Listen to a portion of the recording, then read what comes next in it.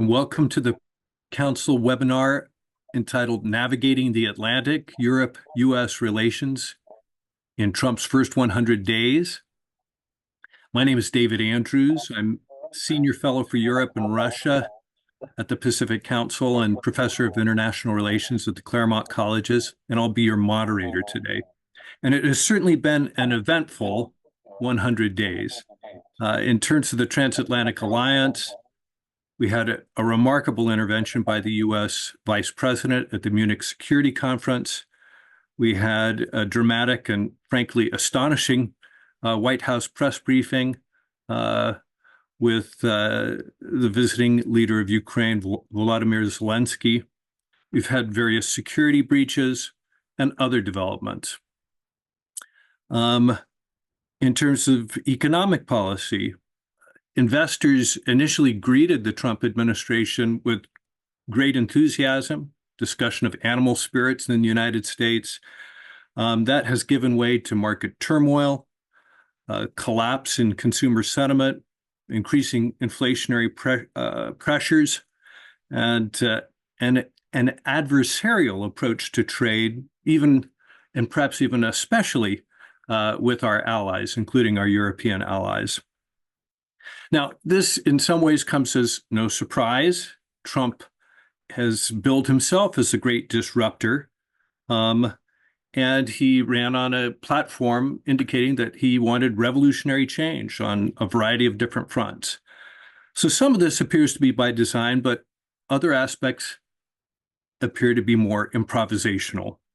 In some cases, we seem to be pursuing traditional policy ends by unconventional means. And in other circumstances, we're looking at new and radically different policy objectives. Some of this was well signaled during the campaign, and some of it is frankly surprising and unexpected.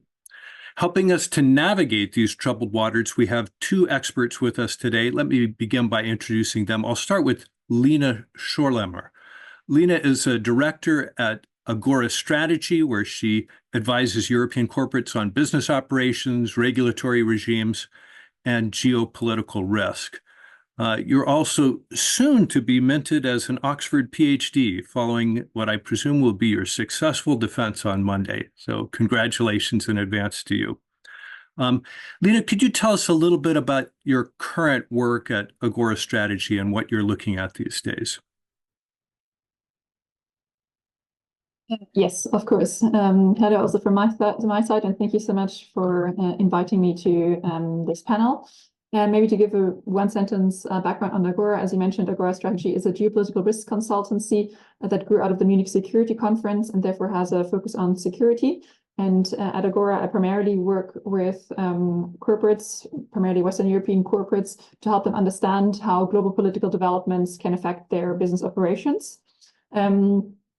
At the moment, most of our clients come from industrials, automotive, and defense spaces, as well as some pharmaceutical and biotech companies. What all of them, or most of them, have in common is that they're impacted and very concerned about the current geoeconomic trade restrictions and primarily tariffs. So tariffs really is the #1 concern on nearly every client's mind. Because, I mean, as you, I'm sure, all are well aware of, since January, the average US tariff has spiked from 2.5% to a staggering 27%, so the highest level in many decades. And obviously, these aren't just symbolic tariffs, but they're also hitting the bottom line. And that is really a significant concern for companies. And it's not just the tariffs themselves, but also the uncertainty around them. The administration is making big moves, as you already hinted at, but they're also equally as fast reversing course. And that's obviously making it very difficult for companies to plan, especially in sectors like automotive or industrials and defense, where there are long lead times, but also major capital investments. And obviously, all of this is not happening in isolation, but it's also unfolding against the backdrop of growing US-China rivalry. So our clients are also very much interested in the development around that, and specifically the decoupling that we are seeing. And this is obviously extending well beyond tariffs, but it's also around the US administration's attempts to really essentially build walls around key sectors like semiconductors, AI, green tech, and biotech, And we see that Washington is tightening control over these critical sectors, pushing hard to separate supply chains, restricting technology flows, and also screening outbound investment in these critical areas. And as I mentioned, these developments have a significant impact on our clients, corporate clients, and that these are the focus topics at the moment. Maybe I'll briefly stop here and see whether you have any follow-up questions later on.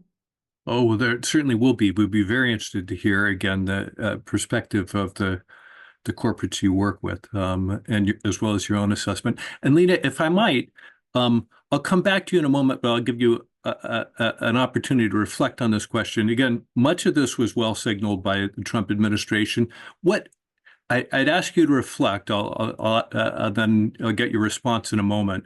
Okay. What has been most surprising to you about recent developments? While you reflect on that question, let me introduce Jason Moyer. Jason is a fellow in the Transatlantic Leadership Network, and is an independent foreign policy analyst. And Jason, tell us about the work you're engaged in currently. Thanks, David, and thanks to the Pacific Council for organizing today's webinar. My research broadly kind of focuses on transatlantic security. I look a lot at the Nordics and Baltics in particular. For the last couple of years, I've been especially focused on the EU as a security actor, how it's evolved in the wake of Russia's invasion of Ukraine in 2022, what muscles the EU is developing. This is the first time it's used a lot of the security apparatuses that have been underpinning the European Union as a bloc. I've also been looking a lot at the Organization for Security and Cooperation in Europe this year. This is this big 50th anniversary of the Helsinki Final Act, which was a landmark agreement between the United States and then the Soviet Union to reduce tensions during the Cold War, to engage in fruitful discussions of arms control, and a myriad of other issues. The OSCE is a kind of often overlooked and underutilized part of the transatlantic security architecture between the United States and Europe. We always focus on NATO, but the OSCE is doing some really interesting work. And this is kind of a big anniversary, or a good chance to reflect on some of the challenges the organization is facing, as well as some of the opportunities moving forward, especially when it comes to peacekeeping in Ukraine and a post-conflict Ukraine. I've also been writing a lot on Arctic geopolitics. That's been very much in the news. I'm sure we'll touch on this more, but the Trump administration has been very interested in the Arctic, has already sent clear signals about, kind of this is an important theater to watch for a lot of folks in the United States and Europe. And I'll stop there. Well, that's terrific. And we'll certainly want to return to this question about the different forums in which European actors engage with one another, NATO, the OSCE, the EU, and how this is playing out in each of those settings. Jason, I'm going to ask you the same question, and I'll again return to you in just a moment. But again, what's been most surprising to you? Again, some of these things well signaled and others not so much. Lena, let's turn to you first. What have you found most surprising about Trump's first 100 days? I would say what I found most surprising in the first 100 days of the second Trump term is how quickly and aggressively the Trump administration has moved to shake up global trade and also shift U.S. foreign policy. I mean, we already touched briefly on the tariffs, but the sheer scope of tariffs and also the targeting not just of rivals like China, but also of traditional allies like Canada, Germany, and Japan. That is surprising. You could argue that to some degree it has been announced during the electoral campaign, but yet the sheer scope of it and also the back and forth afterwards did surprise me, because it really marks a major break from decades of American trade leadership. And it's not just rattling global markets or creating long-term uncertainty, but it's also having real negative effects domestically. And the fact that the administration is willing to take on this self-inflicted damage, so to speak, did surprise me, or does surprise me. Very good, very good. And Jason, what about you? Again, this is not the first time we've seen this movie. What surprises you in the sequel? Yeah. That's a great question. For me, I think it would probably have to be this current administration's focus on Greenland. We saw kind of even in the run up to inauguration, before President Trump was even in office, he was raising this question of U.S. interest in Greenland as a strategic actor, as a means of power projection into the Arctic. This isn't the first time that President Trump has raised this. He brought this up in the first administration, in the first movie, back in 2019. But I think, it's the way that it hasn't really kind of gone away so far in this first 100 days is quite different than the first time around. We saw Vice President Vance went to Greenland. He's the highest ranking U.S. official to visit Greenland in the history of our relations with Greenland and Denmark. So that's a really notable shift. Mhm. And there's even talks now of within the White House, there are feasibility studies being done about the economic impact of what it would mean to bring Greenland into the United States. Again, kind of putting the cart before the horse, but because there's just a load of other questions that need to be answered first. But initial indicators are that it would cost about $600 million per year. That's what the Danes are currently paying to into Greenland, and whether the U.S. would be able to absorb some of that or buffer some of that. And there was this, really interesting ABC News, Washington Post, Ipsos poll that came out that asked both Democrats and Republicans just how seriously they took the president on a number of different issues. And on this question of Greenland, an overwhelming majority, 81% of Democrats and 58% of Republicans thought that the president's being very serious when he talks about taking Greenland, and he hasn't ruled out the use of force, which is also just a really unprecedented move that one NATO ally would consider taking territory from another. We've never seen anything like this before. So I think Greenland for me has been kind of the real shocker of these first 100 days. Okay, well, that's great. Thank you both for kicking off our conversation in that way. Let's stay on the security issue. Let's spend about 10, 15 minutes there, and then return to a discussion of economic policy topics. So, Jason, you mentioned earlier, well, actually, let's dwell on Greenland. Greenland isn't the only country that the Trump administration has expressed interest in. The Canadians just had an election. And I'm surprised, frankly, the $600 million a year price tag that you suggested for Greenland actually seems to me reasonably inexpensive. Uh, uh, the question is the diplomatic repercussions and, in fact, how we'd go about such an operation. Do you regard the fact that the president he's not threatened military action? He simply said he won't take it off the table. Do you regard this as a serious threat to Greenland sovereignty or to Danish control over Greenland, or is this posturing? Is this misdirection? How do you understand this discourse?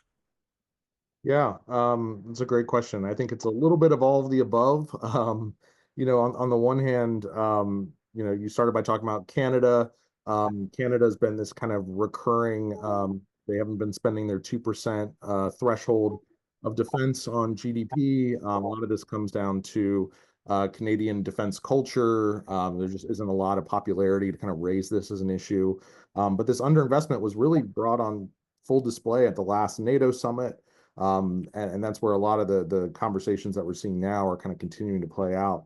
On Greenland, I think the unified response from the various Nordic leaders, the Nordic heads of state, really sends a clear message that this is not something that's welcome. The Greenlandic people themselves have also spoken up and have been very clear that they do not see themselves as part of the United States. They've gone through the steps of drafting a constitution. It's likely that they might seek independence in the coming years.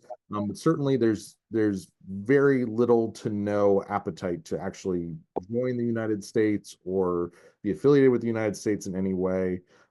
This is an island. It's not just a barren rock. There's 57,000 some odd people that Mhm. live there, and it really gets into this very strange kind of question of like taking the human element into account and not just focusing on what this administration is very much focused on is rare earth materials and access to critical minerals. There's nothing stopping U.S. companies from going to Greenland right now and investing and trying to extract some of those materials. What I think they're going to find is that it's actually financially very difficult to access a lot of these pockets that are up in the north of Greenland. These are remote places where you have to bring in heavy, very technical equipment. And you can't just leave that to sit over the course of the winter. The extraction period is very limited right now. Mhm. So I think there's more logistical barriers to what this administration seems to be trying to do with Greenland, leaving aside the sovereignty question. But this is something that Mhm. Denmark in particular is taking very seriously, and I think has the backing of its Nordic neighbors. And this would have huge ramifications for NATO alliance cohesion. So the fact that this administration kind of keeps bringing this up is certainly something to continue to watch. And I'm not sure how. Yeah. Yeah. And just a quick follow-up before I bring Lena into the conversation. I, again, the parallel with Canada, were Canada to become the 51st state, the immediate political impact is that there would be a permanent Democratic majority in the United States. So I don't regard this as I regard this as rhetoric. It's perhaps helpful or unhelpful rhetoric, depending upon your point of view. But one thing that it has done, as you suggested, is bring to the Europeans and the Canadians to the table with respect to defense spending and contributions to NATO's common defense. This has been a longstanding objective of U.S. administrations, and the Trump administration appears to have made more progress on this front than any prior. This has been, when I say longstanding, I mean 60 years, going back at least to the Kennedy administration. What do you make of, again, the discussion about NATO's defense budget and uh, as well as alliance cohesion? You're absolutely right. This is not a new issue. This has been around for decades. I really look forward to hearing what my colleague Lena has to say on this topic. But just maybe from my perspective, um, we are seeing that a lot of European countries are stepping up and are investing more. Just since 2021, there's been a 30% increase in defense spending across all of Europe. Many of the countries in the Nordics and the Baltics are talking about reaching 4, 5%. This is just a completely different scenario than we saw in the first Trump administration. And kind of David, to your point, whether we like it or not, President Trump has been the single greatest driver of European defense investment, more so than French President Emmanuel Macron, more so than the European Commission President Ursula von der Leyen. Mhm. It's hard to see it that way, but it's true. His the mixed signals that he's been sending to Europe about the United States' willingness to engage in defense of the continent and commitment to NATO have really led a lot of European countries to reconsider their own capabilities, their own domestic capabilities. I think going into the NATO summit in June is not that far away. We're going to see a lot more of a focus on this question of defense spending. And Trump administration has kind of talked about all kinds of different numbers. He's mentioned 8% spending on defense, 5%. None of these are attainable in the short term. So I think rather than focusing on that, there was really a lot of attention at the last two NATO summits that the 2% benchmark should be the floor, not the ceiling. Mhm. And maybe kind of going into the next NATO summit at The Hague, there should be some talk of 3%, 3.5%, which kind of the closer you get to NATO's eastern flank, the more likely you are to see countries really stepping up and spending more. And there's always that question of how do we bring the rest of the alliance along? How do you convince Spain, Canada, Italy as well, to make these critical investments in their defense capabilities. But we are seeing that it's really a tremendous amount of growth, and then of course Finland and Sweden have joined the NATO alliance in the last couple of years. They add all kinds of capabilities. Happy to get into in more detail. I'll stop there for now. Terrific. Thank you, Jason. Lena, what do you have to say on these subjects, both about defense spending in Europe and about alliance cohesion? I mean, with regards to defense spending, I think we saw a quick response by European leaders in response to Trump's rhetoric vis-a-vis NATO, and also the Trump administration's let's say, positioning vis-a-vis the Ukraine and Russia war. The European Commission itself announced, I think it was on March 4th, the Rearm Europe plan, or the Readiness 2030 plan, which is designed to essentially mobilize up to 800 billion euros to defense investments. Of course, at the moment, this is just a plan, and this is it's not unclear yet in terms of how it's going to materialize. The large majority of it, 650 million, is expected to come from the members themselves, and the other 150 million are expected to be made available through funds to countries which have higher borrowing costs than the European Commission. In addition to almost across the board higher pledges to increase defense spending, we also do see across Europe a higher willingness to standardize procurement and to really work on not only defense spending surges, but also joint procurement and increasing arms production. So I think we will see increasingly a joint defense procurement to streamline and also expand the production of weapons and ammunitions, not obviously only for Ukraine as the US reduces its support, but also for future EU needs. And there's also a push for EU-wide arms manufacturing hubs in order to reduce some of the dependence that we have at the moment on the US and other external suppliers. Yeah, but obviously a lot of this is in flux, and a lot of this has been oral commitment, and it remains to be seen how this actually comes into being. But specifically talking about Germany and the new German government that will likely be sworn in next Tuesday. In Germany, the conditions look quite promising, at least with regards to the funding availabilities.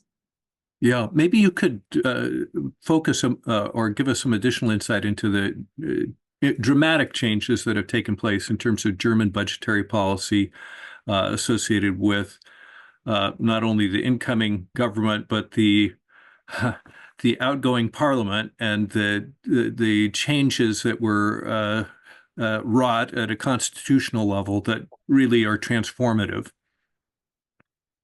Yeah, absolutely. As you said, I mean, we until late last year, I mean, apparently at the moment we still have a temporary government, which is a grant, which used to be the so-called traffic light coalition, consisting of the Social Democrats, the Greens, and the Liberals. When the Liberals decided to leave the coalition, the government essentially fell apart. We've since had a re-election, and the conservative Christian Democratic CDU is now the lead party. It will the new chancellor will come from this party. It's also Merkel's old party. The new chancellor's name is Friedrich Merz, and he will lead a governing coalition together with the Social Democrats. So it will be a grand coalition. It is expected that the new chancellor will be sworn in next Tuesday. Earlier this week, announcements were made with regards to the new cabinet ministers. And with regards to your question on the funding, yes, exactly. There have been sweeping funding changes because the debt brake that was limiting essentially spending also on defense has been changed, and therefore obviously there's now no more this 1% spending limit. Essentially that means that spending on defense will increase significantly, and in addition the government also has introduced an infrastructure fund from which potentially some of it will be dedicated to defense as well, but also in infrastructure and road improvements, all of which will also have implications for defense planning in the future. So the Maybe debt, I'll look to to Jason. Maybe Jason, do you want to add to that? Please go ahead, Jason. I think, I mean, everything Lena said was spot on. I can maybe just add that I think the rhetorical shift that's happened within Germany is so significant and is maybe often lost on kind of a U.S. audience that 5-10 years ago, you would never see the German defense minister being pictured with a tank in the background or pictured outside of a fighter jet. But that's now very commonplace. It's really just remarkable. There's always this question of, well, is Europe doing enough quickly enough? And of course, the answer is always, well, when it comes to Ukraine and the security of Ukraine, there's always more that could be done. But the changes that we're seeing both within Germany and at the EU level are so profound. They're happening so fast by EU standards, by bureaucratic standards. But still, it's remarkable to see how far we've come in such a short amount of time, just a couple of years. Yeah, I'll leave it there. Let me follow up on that, Jason. So again, as Lena mentioned, the constitutional break on spending, deficit spending, has been removed. There's now essentially an unlimited budget available for defense spending. And this Atlanticist incoming chancellor, Friedrich Merz, has said that Germany and Europe have got to prepare to defend themselves, which is an astonishing statement in the framework of the Atlantic relationship. So those are huge shifts.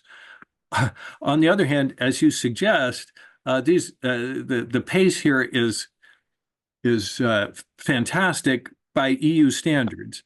The immediate impact, the immediate changes in European capabilities, as you suggested, come about because of the introduction of new member states.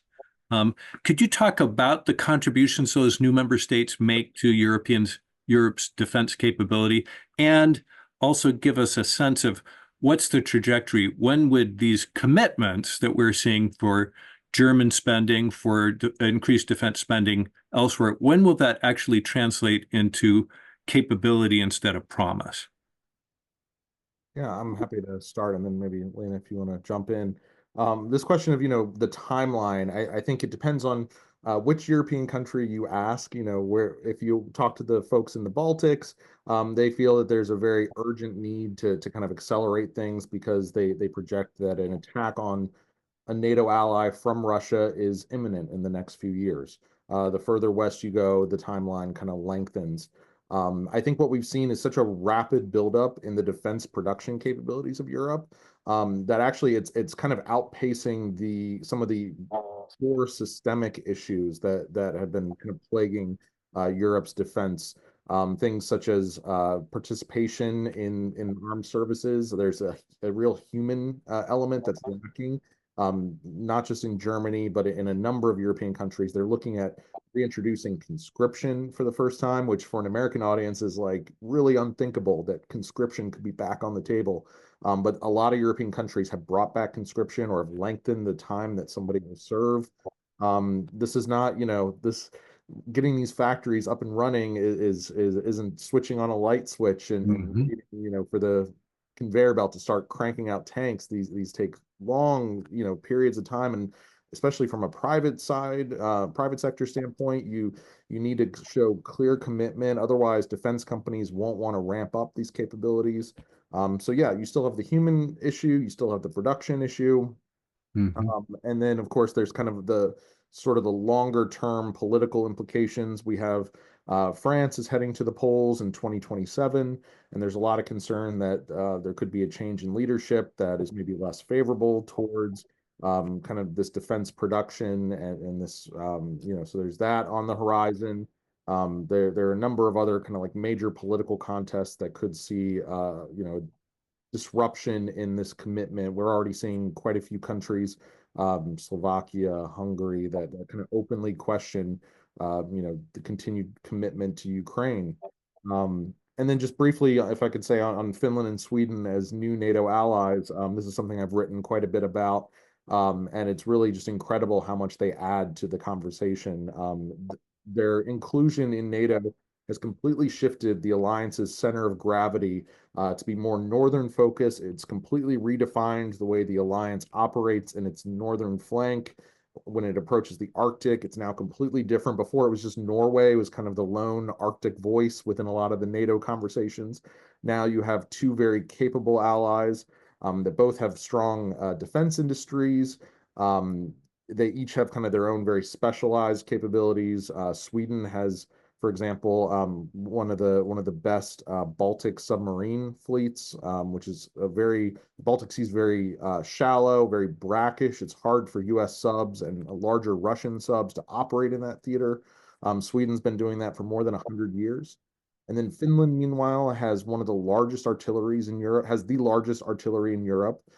It's larger than, I think, like Poland, Germany, France, and one other country combined, just to give you a sense of, the scope of the artillery capabilities of Finland.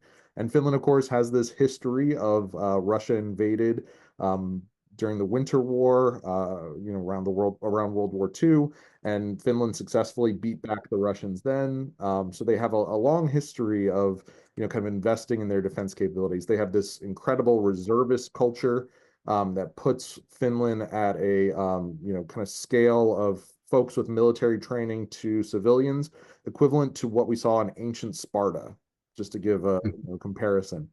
So really, both these countries add a lot to the alliance, to say nothing of the technology side. Two of the three 5G manufacturers, Huawei, Ericsson, Nokia. Ericsson and Nokia are now in countries that are now part of NATO. That's a huge shift.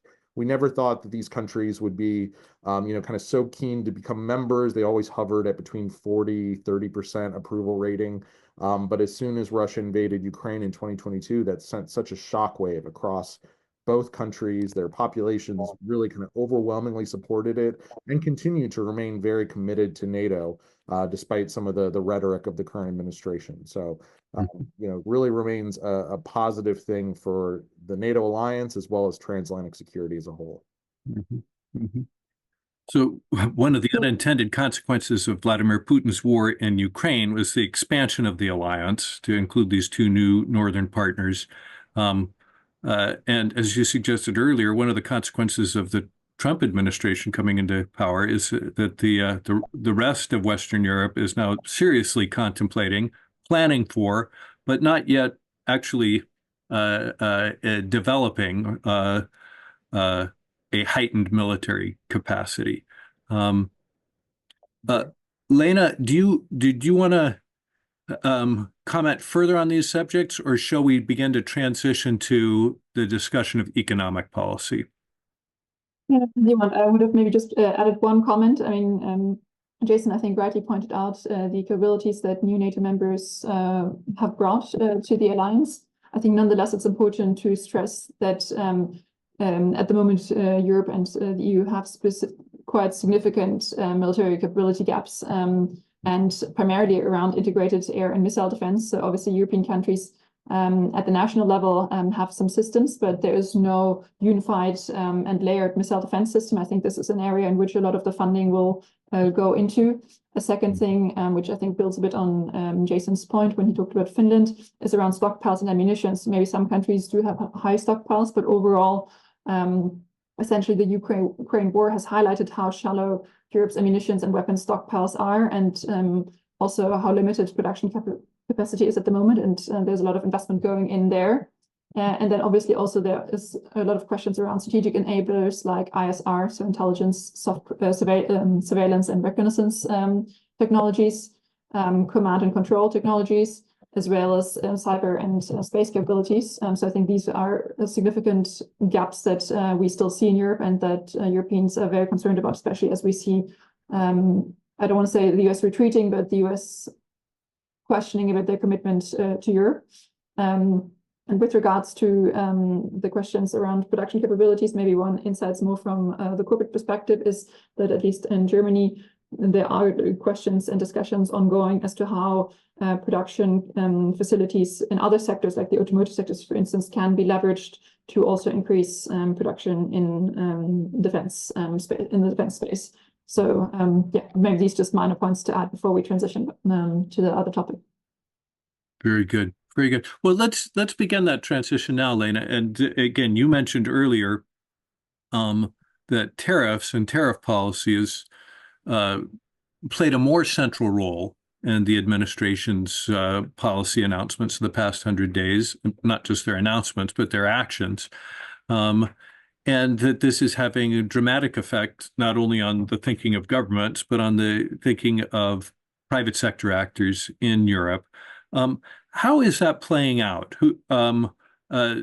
Presumably, any disruptive shift like this is going to create not only great risks for some actors, but opportunities for others.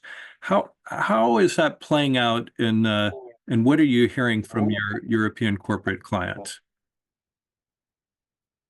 I think from a European perspective, it definitely is leading to quite a lot of concern, primarily around, given the high level of uncertainty. I mean, obviously, the Trump administration has announced that tariffs are the centerpiece of their economic strategy.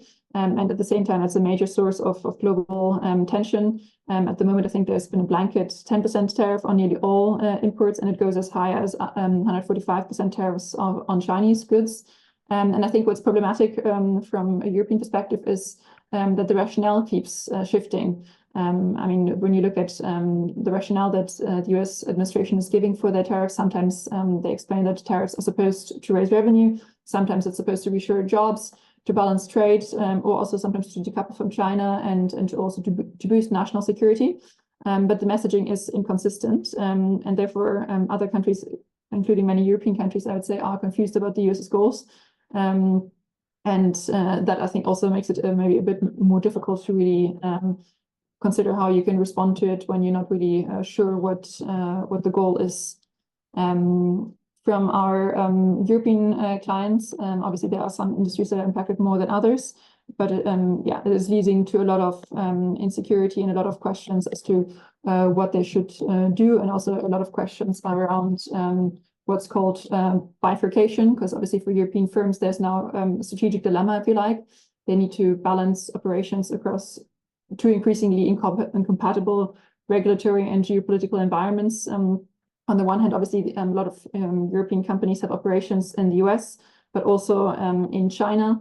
And these rapidly evolving rules and escalating compliance risks and also politicized trade dynamics are increasing the complexity and also the cost of operating in both markets. So a lot of the questions that Europeans have are around how to position themselves, not only vis-a-vis the US, but also in this growing US-China strategic rivalry and all the compliance questions that come with it. Mm-hmm. Mm-hmm. Jason, did you want to weigh in on any of those points that Lena has raised? Yeah, I'm not following the transatlantic trade piece quite as much these days, but of course, there's no kind of avoiding the tariffs conversation when it comes to Europe now. So I think maybe just kind of a few brief points. This whole time, these first 100 days, we've been asking, is this are we seeing the United States and Europe, are they getting a divorce, or is this just another rough patch? And I think the jury's still out. But if these tariffs continue at this current rate, I think we are going to see really kind of long-term damage, more so than we've already seen, if only for the United States as impacting its credibility as a global actor, as an interlocutor. The confusion around the tariffs, the amount of disruption that this has caused.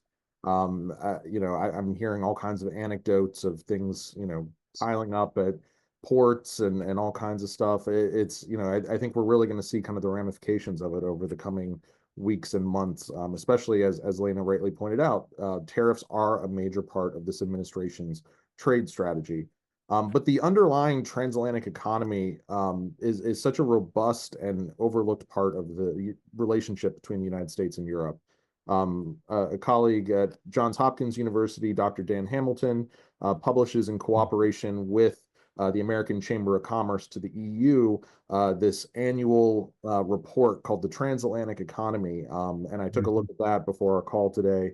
This is kind of the latest and greatest numbers on the pivotal linkages between the United States and Europe economically. And there's 16 million jobs on both sides of the Atlantic as a result of historically strong economic ties. There's something like 30% of global trade is represented by the United States and Europe. So this is this is a huge part of our relations with Europe, and we really need to consider what's the end goal with these tariffs? What's the point of this? Is it meant to solicit a conversation? Is it meant to push Europe away from China, or are we seeing it actually as having the complete opposite impact? And we're seeing that all European countries are now turning to China for for goods and for services. China's emerged as a major services provider in the last decade or so, and that really kind of disrupts a lot of the kind of underlying assumptions of some of these tariff policies. So, and then kind of there's the whole energy and climate piece as well, where we're seeing very different approaches in Europe versus the United States. The Trump administration has talked about drill baby drill, and has opened up the door to seabed mining. That's really kind of a clear indicator of where this administration sees its priorities. And then meanwhile, you see the EU is breaking all of its own goals when it comes to renewables, when it comes to investing in clean technology. And really, we're seeing a lot of daylight between the United States and Europe when it comes to this approach towards clean tech and towards kind of its approach to environmental policies, and that will also lead inherently to friction. Like you, I'm a fan of Dan Hamilton's report. I recommend it to anyone who's listening in today. And I think the major takeaway from that analysis is that there's a substantial trade in goods across the Atlantic. There's even larger trade in services. In terms of economic warfare, Europe is probably most vulnerable with respect to trade in goods. The United States probably most vulnerable with respect to trade and services, but they're both dwarfed by mutual investment, by FDI, European investment in the United States, and U.S. investment in Europe. Let me just to put a further point on this. You raised the question again. What's the point? Both of you raised the question. What's the point of these tariffs? A traditional play by U.S. administrations, not every U.S. administration, but famously by the Nixon administration, is to introduce tariffs in order to bring partners to the negotiating table and to ultimately reduce trade barriers. The Tokyo round and the movement towards eventual establishment of the WTO largely took place because of Nixon's disruptive strategy in the early 1970s. Is that what you see here, or do you see a different set of objectives that are being pursued by this administration? Lena, I'll give that question to you first. With regards to the objectives, I mean, as I think I tried to explain in the previous answer, the objectives to me aren't very clear. If it is restoring, I think it probably won't be very successful. If it is about renegotiating trade conditions, maybe I think then the verdict is still out. But I think what has already been clear is that the US is really now widely seen as the principal source of global geopolitical uncertainty under Trump's leadership. And while maybe many smaller and economically more vulnerable nations are seeking trade agreements with the US to avoid more costly confrontations, we definitely at the same time also see kind of a push to de-risk, if you like, from the US, driven by concerns over this degree of volatility and unpredictability. And I think what's not happening is the shift or the pivot to China. I think in your previous remark, you suggested that potentially now we would see a shift towards China, but I think there we see that in Europe, at least, there's still a cautious response towards China. I mean, while Europeans maybe are unhappy with the US under Trump to some degree, they don't necessarily automatically trust the Chinese more. they still have concerns over the Chinese trade practices like dumping and overcapacity, and also questions around data sovereignty and surveillance. So Europe is focusing on strengthening its own economy and diversifying partnerships. I think with regards to China, yes, China has obviously tried to, or Xi Jinping has tried in his recent Southeast Asia trip to kind of push to take advantage of the US-China trade war, positioning China as the global leader in stability and also in globalization. And with countries like Vietnam, you could say it has arguably worked, because this is a country that has been historically wary of China. Yet it has signed, I think, 45 new agreements with Beijing after the US officials rejected its tariff offer. But I think this really varies by region, because in the country you still have countries like the Philippines that remain strongly pro-American. And with regards to the question of who may benefit from the current trade war, which I think overall is a lose-lose, one country that you could arguably say stands a bit to gain is potentially India, because India has an old rivalry with China. And so that in the past already gave Prime Minister Modi good reasons to strengthen ties with the US and to also join the Quad group. I think it was back in 2007. And yeah, Modi has navigated these trade tensions quite successfully. I think it was US Treasury Secretary Scott Bessent who even hinted at a first phase of a new US-India trade deal.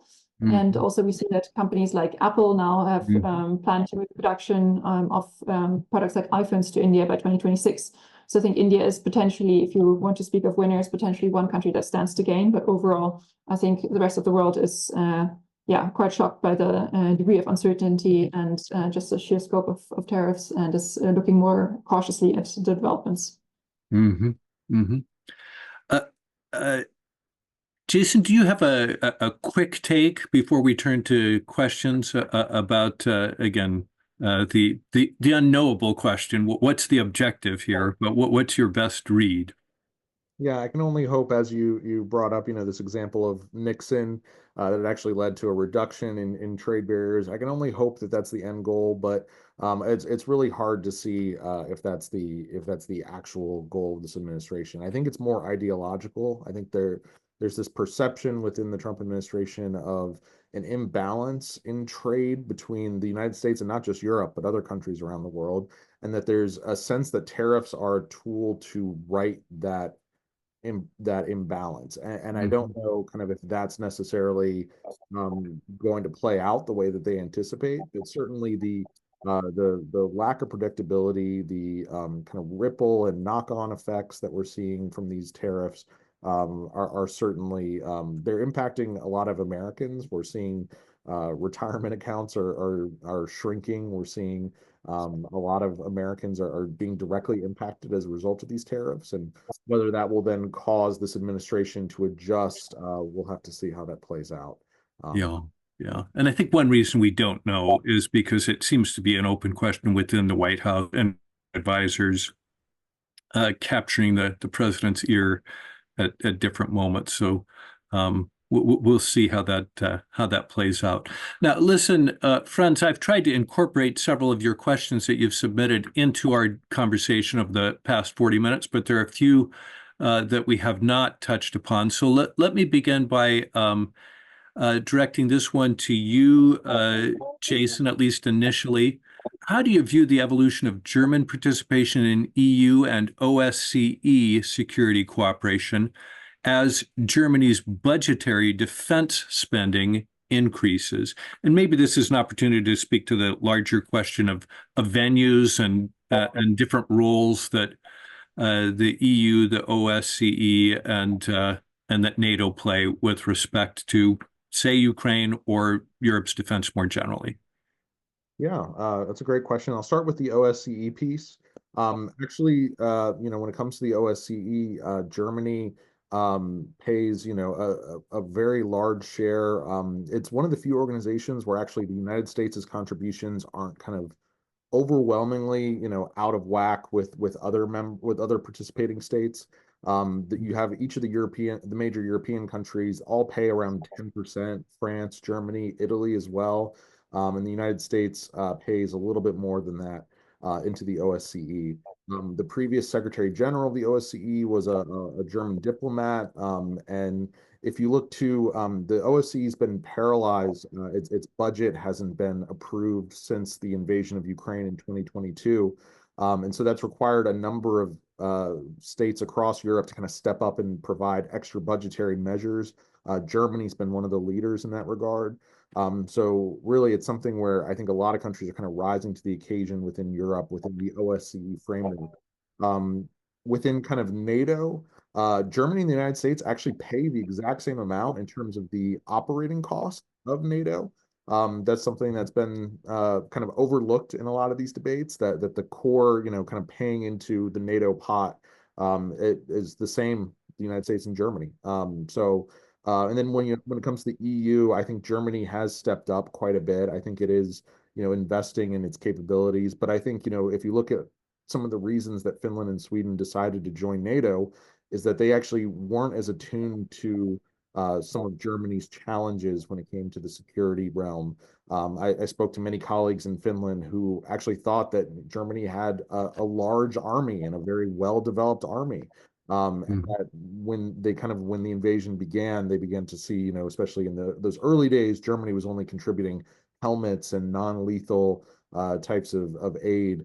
We've since seen that evolve, and now Germany is actually the #2 provider of military and financial assistance I think it's the largest overall, if I'm not mistaken. The Kiel Institute has this amazing tracker where they show it. I think Germany, after the EU, is considered the largest. And in terms of military capabilities, it's the United States has been first this whole time, and then I think Germany is second after that, if I'm not mistaken. I haven't looked at those numbers in a minute, so I'll leave it there. Maybe Lena has something else to add on this. And if you would, Lena, Jason spoke to the operating budget, but earlier you're talking about capabilities, and you identified a number of areas where there are substantial capability gaps. I don't think we've focused on them, but one of them being airlift, and just the capacity to move personnel from one location to another. This was a major source of embarrassment to the French and British governments way back in the 1990s during the Balkans campaign. It was supposed to result in the development of new capabilities. Those capabilities still don't exist. How do you see that playing out? You mean with a forward-looking question as to whether it is a priority? Whether it's a priority, what's the timeline? Is this again? Is it feasible? Or Lena, if you'd prefer, go back to any of the other comments that Jason mentioned that you'd like to respond to. Yeah, I mean, as to your question, I think it's hard to answer. I mean, yes, I think it is a priority, but as I tried to mention earlier, I think there are quite a lot of gaps at the moment, and it will remain to be how the new government will prioritize its defense spending. I think the new government will start by creating an analysis of what the German military currently has. I mean, I think they were very well aware, but trying to feed that into what is available at the EU and NATO level, and where the gaps can most easily be filled. But yeah, I think as regards to the timeline, we're probably talking about years, as Jason said, nothing that can be done quickly.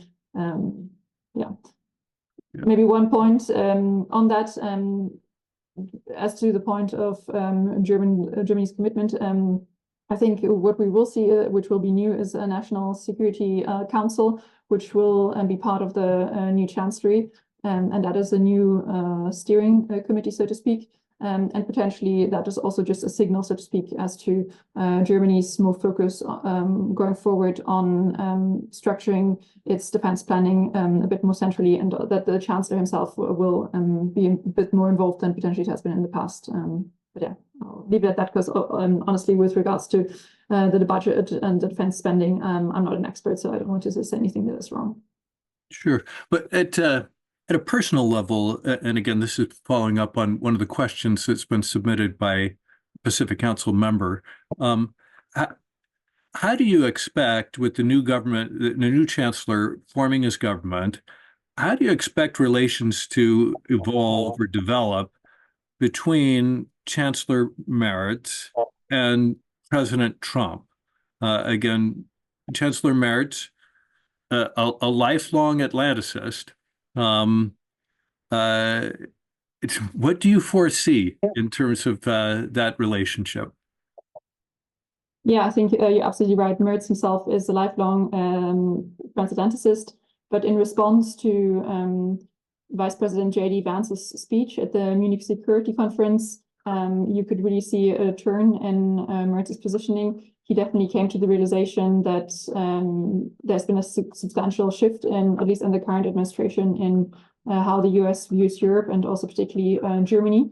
I think he personally will try to be much more actively involved in shaping Germany's foreign and security policy, and therefore will definitely, one of his first trips will probably go to the US and to Trump specifically. However, if we look at the tone that came from Berlin in the last few weeks, we see that Berlin, and this is probably the line that Merz will follow, has taken up a quite measured tone, at least in its official documents. So if you look at, for instance, the new government's coalition treaty, there it reiterates Germany's commitment to the bilateral relationship with the US, and also avoids any language that points at strategic decoupling. So I think, yeah, policymakers are very aware of accelerating the estrangement, if you'd like to call it that. But yet I think they continue to pursue a quite de-escalatory line on security. So yeah, I think Merz will try to potentially keep a quite measured tone vis-a-vis vis-a-vis Trump. Sorry. Yeah, yeah. So again, increased defense spending resulting in increased capabilities over time. Over time, But a continuing reliance upon the United States in a variety of areas, and hence a desire to maintain the relationship and maintain the alliance, to fortify the alliance.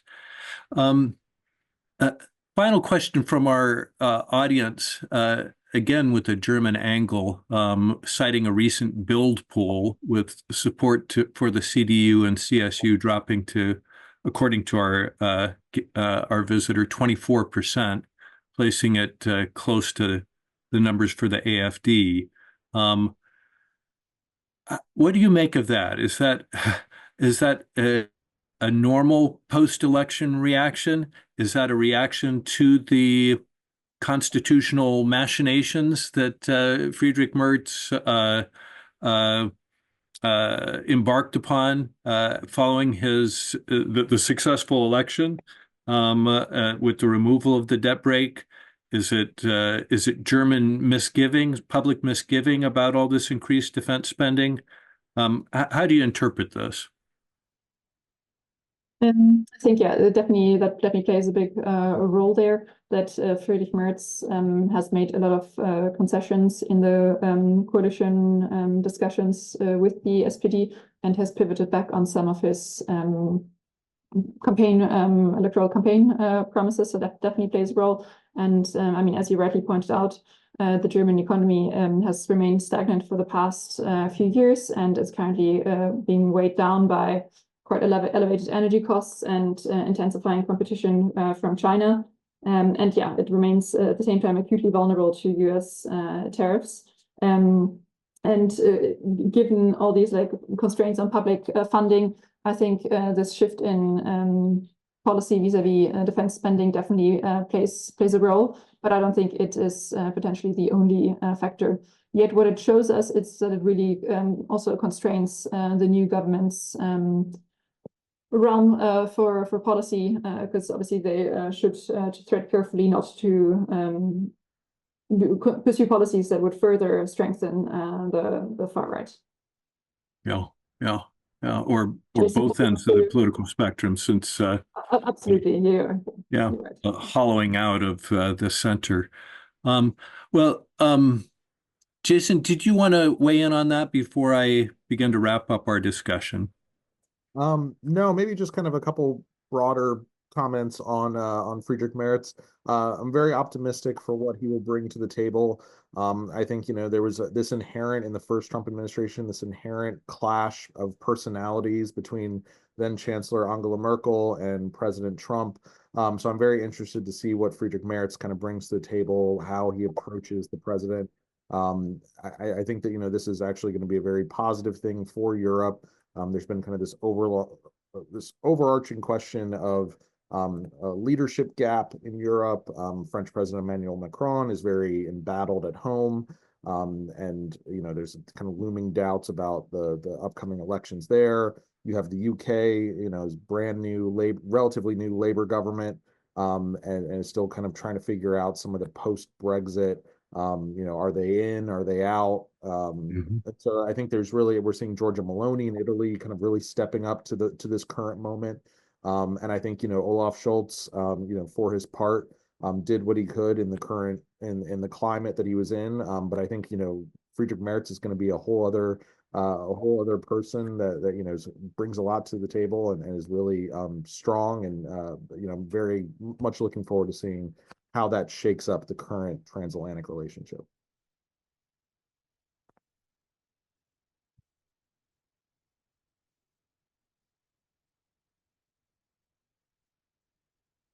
I think you're frozen. Yeah, Dave frozen, yeah. Let's maybe give him a few seconds and see whether his internet connection comes back.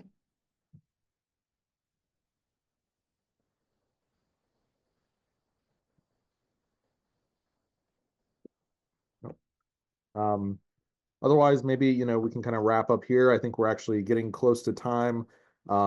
Thank you all for joining. Thank you for your active questions. Sorry, we didn't have a chance to get to everybody's questions, but please tune in to future Pacific Council webinars where we hopefully will continue to unpack these important topics. Lena, any final words from your side? No, I mean, I think the only thing to add is to reiterate is that the first 100 days of President Trump's second term really have been characterized by a lot of chaos, disruption, and potentially also self-imposed challenges. And I think for me, the main question is going forward, how long the Trump administration can actually maintain its aggressive trade policies and confrontational approach before these internal contradictions and also external pressures begin to erode his support domestically and specifically within the GOP. That's something that I would be very interested in and will look to follow closely. All right. Thank you so much, Jason, for concluding. And goodbye, everyone. Thank you.